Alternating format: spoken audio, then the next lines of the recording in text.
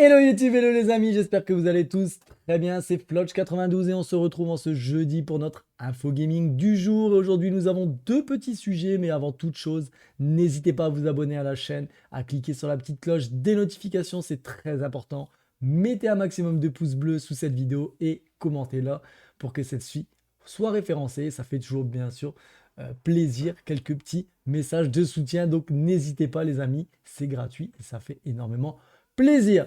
Allez, aujourd'hui, les sujets du jour, on parlera dans un premier temps de Dying Light. Nous avons quelques petites infos sur le futur jeu qui a l'air vraiment très très bon. Donc vous verrez, c'est plutôt intéressant. Et dans un deuxième temps, on va parler de Saints Row qui, malheureusement, aura un report. Malheureusement ou heureusement, tout dépend pour qui. Vous verrez les amis dans le deuxième sujet de cette vidéo. Restez jusqu'à la fin, bien évidemment. Allez, je parle de tout ça juste après l'intro les amis. C'est parti.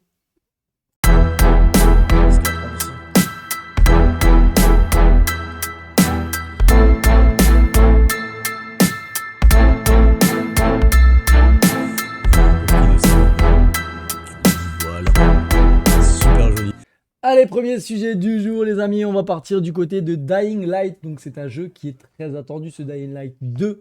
Le jeu apparemment sera plus complet que jamais et c'est Timon Smektala, le concepteur principal donc de ce Dying Light 2, qui a donné quelques infos sur la difficulté du jeu. Et apparemment, il sera plus facile de découvrir ce monde, même s'il sera possible de mettre une difficulté plus prononcée avec un mode spécial. Dying Light 2 est très attendu malgré ses nombreux reports. Techland a d'ailleurs affirmé que le jeu avait été annoncé bien trop tôt. Cependant, les développeurs nous lâchent quand même des infos par-ci par-là à grignoter et ils nous en dévoilent un peu plus sur leur futur jeu au monde ouvert. Tout d'abord, la zone sera différente du premier opus puisque nous ne serons plus à Harran. Et surtout, nous avons fait un bond dans le futur de plusieurs années, ce qui fait en tout cas que les ressources ainsi que les armes à feu sont beaucoup plus rares et les survivants devront alors user encore plus de l'artisanat pour se défendre. D'ailleurs, la population a envahi les toits qui sont bien plus sûrs que le sol.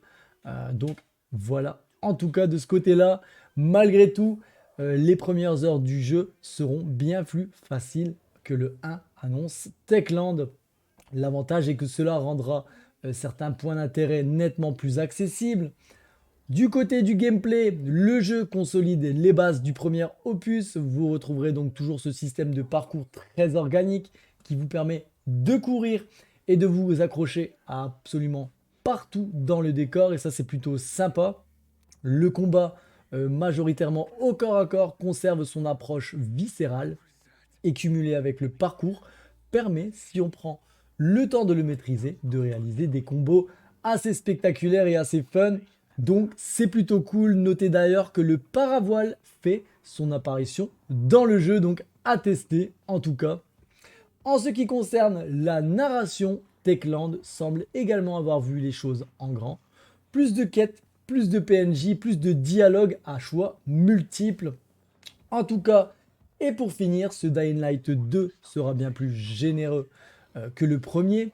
Et en plus de ça, on pourra le faire entièrement jusqu'à 4 joueurs en coopération. Donc c'est plutôt une bonne nouvelle. Voilà en tout cas pour ce Dying Light 2. Dites-moi dans les commentaires si vous l'attendez. Pour ma part, le jeu, je ne l'avais pas fait le premier déjà dans un premier temps, mais le jeu m'a l'air plutôt pas mal. Le fait que ce soit dans un monde ouvert avec un peu de survie comme ça, ça me parle plutôt pas mal. J'aime bien ce style et j'ai plutôt hâte de pouvoir le tester. Donc on verra ça quand il sort. Les amis, et je l'attends avec beaucoup d'impatience. N'hésitez pas à me dire dans tous les cas, dans les commentaires, ce que vous en pensez, les amis. Allez, voilà pour le premier petit sujet du jour et on va parler dans un deuxième temps de Saints Row. Donc Saints Row qui sera malheureusement ou heureusement, ça dépend pour qui, reporté de plusieurs mois. Et c'est Volition, donc le studio en charge du développement du reboot de la franchise Saints Row, qui a annoncé que le jeu allait arriver avec un léger retard. Ce genre d'annonce n'est plus très surprenant depuis quelques mois avec le Covid et Saints Row est l'une des nombreuses victimes des reports et ses développeurs viennent d'annoncer son retard. Celui-ci est tout de même relativement important puisqu'il sera en retard d'environ 6 mois. Donc je le rappelle, le jeu sortira sur PC et console, donc avec 6 mois de retard. Le jeu était prévu pour le 25 février 2022, normalement, mais la nouvelle date donc, de ce Saints Row est programmée pour le 23 août de la même année. La raison de ce report plutôt, est tout simplement qu'ils veulent livrer un produit de qualité et pour cela, le studio a besoin un peu plus de temps. Sur le site officiel du jeu, donc Jim Bone a donné quelques explications supplémentaires en expliquant qu'ils ont sous-estimé l'impact que pouvait avoir le Covid-19 sur le développement du jeu et le calendrier. Il cite ainsi: compte tenu de la taille de notre nouveau Saints Row, il paraissait évident que nous avions besoin de plus de temps pour créer le meilleur jeu possible. Donc c'est ce que dit Jim Bone en tout cas. Pour terminer, il assure qu'aucun changement sur l'histoire ou les personnages aura lieu avec ce report. À l'heure actuelle, en tout cas, le jeu n'a pas vraiment enjoué les fans et la communauté car lors de l'annonce de ce Saints Row, donc la vidéo de bande-annonce avait reçu 2 fois plus de dislikes que de likes. Du coup, la communauté sera peut-être ravie de ce report, surtout si c'est pour améliorer leur jeu. En tout cas, on verra ce que ça donne. Le jeu avait pas mal été critiqué par rapport à la bande-annonce et je pense que la communauté est plutôt ravie. C'est pour ça que j'avais dit heureux ou malheureux du report de ce jeu. Moi, je pense plus qu'ils sont heureux pour ce report. Ils pourront peut-être peaufiner un peu plus leur jeu et nous sortir quelque chose de pas mal. En tout cas, on l'espère. Les amis, n'hésitez pas à me dire dans les commentaires si vous aimez, la licence Saints Row. Moi, personnellement, j'y ai joué un petit peu. C'est plutôt pas mal. Je ne suis pas un grand fan, mais c'est plutôt pas mal. Maintenant, on verra ce que donne ce reboot. N'hésitez pas en tout cas à me dire tout ça dans les commentaires.